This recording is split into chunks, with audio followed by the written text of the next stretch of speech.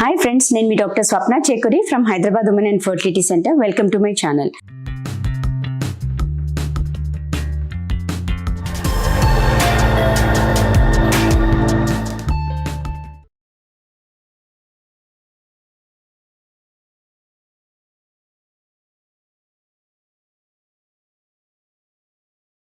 So ఈ రోజు ఏంటంటే మనకు ప్రెగ్నెన్సీ పాజిటివ్ వచ్చాక ఫస్ట్ 3 months లో తీసుకోవాల్సిన జాగ్రత్తల గురించి డిస్కస్ చేసుకుందాం. సో బేసికలీ ప్రెగ్నెన్సీ అనేది ఇనిషియల్ వీక్స్ లో కొంచెం డెలికేట్ గానే ఉంటుంది. అంటే అప్పుడప్పుడే వెళ్ళి అత్తుకునే స్టేజ్ లో ఉంటుంది, ఇంప్లాంటేషన్ స్టేజ్ లో ఉంటుంది. సో ఆ టైంలో మనం కొన్ని జాగ్రత్తలు తీసుకునేది ఉంటుంది.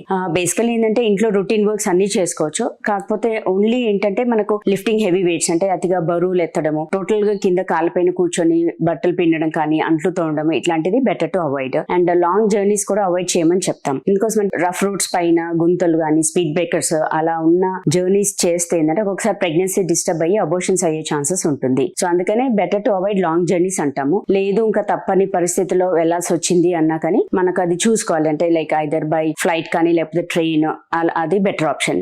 అండ్ బస్ జర్నీస్ కానీ లేకపోతే మోటార్ బైక్స్ పైన జర్నీస్ కానీ అది బెటర్ టు అవాయిడ్. అండ్ ఇంకోటి 2-wheeler పైన కూర్చునేది ఉంటే కూడా మనం 1 side కూర్చోండి అంటాము, 2 sides వద్దంటాం. ఇందుకోసం అంటే ప్రెగ్నెన్సీ పాజిటివ్ రాంగ్లోనే కూడా మనకు కొంచెం జాయింట్స్ లాక్సిసిటీ అనేది పెరుగుతుంది, ఎలాస్టిసిటీ, స్ట్రెచబిలిటీ అనేది పెరుగుతుంది. దానివల్ల కొంచెం బ్యాక్ పెయిన్ ఆల్రెడీ ఉంటుంది. అదే మనము లెగ్స్ వైడ్ గా స్ట్రెచ్ చేసి కూర్చుంటే ఏంటంటే బ్యాక్ పెయిన్ అనేది ఇంకొంచెం ఎక్కువ అవ్వచ్చు. సో అందుకనే సిట్ ఆన్ 1 side అదొకటి. ఇంకోటి ఏంటంటే మనకు కాన్స్టిపేషన్ అనేది క్వైట్ కామన్ ఫస్ట్ 3 months లో. సో అలా మలబద్ధకం రాకుండా ఉండాలంటే మనం పీచు పదార్థాలు బాగా తీసుకోవాలి. అంటే లైక్ ఫైబర్ ఫుడ్ అంటాము, ఆకుకూరలు కానీ లేదా పల్సెస్, గ్రెయిన్స్ వాటన్నిటిలో కూడా పీచు పదార్థం ఎక్కువగా ఉంటుంది. లేదంటే జామకాయ, లేదంటే స్వీట్ కార్న్ ఉడకబెట్టింది ఒక చిన్న కప్ అది తీసుకోండి అంటాం. వీటన్నిటిలో ఏంటంటే పీచు పదార్థం ఎక్కువగా ఉంటుంది. సో యాజ్ బై కాన్స్టిపేషన్ అనేది మనం అవాయిడ్ చేయొచ్చు. ఇంకోటి ఏంటంటే లైక్ యూరిన్ కూడా పదే వస్తుంటది. సో చాలా మంది ఏంటంటే యూరిన్ ఊరికే వస్తుందని చెప్పేసి నీళ్ళు తగ్గిస్తారు. అలా కాదు, మినిమం అట్లీస్ట్ ఒక 4 liters ఆఫ్ లిక్విడ్స్ తీసుకోండి అంటాం. లేకపోతే ఏమవుతుందంటే మనకు మళ్ళీ ఫ్రీక్వెంట్ గా యూరిన్ ఇన్ఫెక్షన్స్ వచ్చే ఛాన్సెస్ ఉంటుంది. అడిక్వేట్ హైడ్రేషన్ ఒకటి, అండ్